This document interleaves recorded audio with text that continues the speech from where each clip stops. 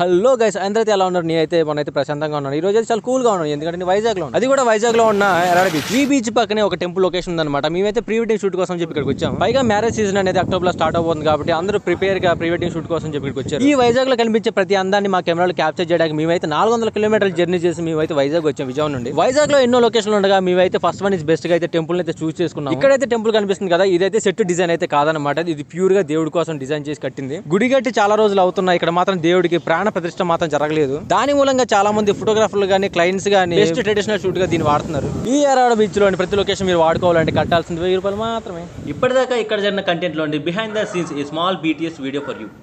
1 2 3 go camera.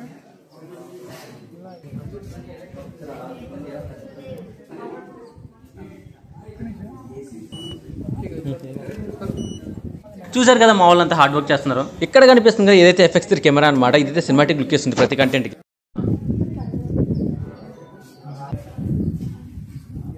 అక్టోబర్లో ఎన్ని పెళ్లిలు ఉన్నాయో కానీ జనాలు మొత్తం ఇక్కడే ఉన్నారు భయ్య. ఇలాంటి లొకేషన్లో ఇంతమంది ఉంటే కనుక షూట్ తీయడం చాలా కష్టం అనమాట.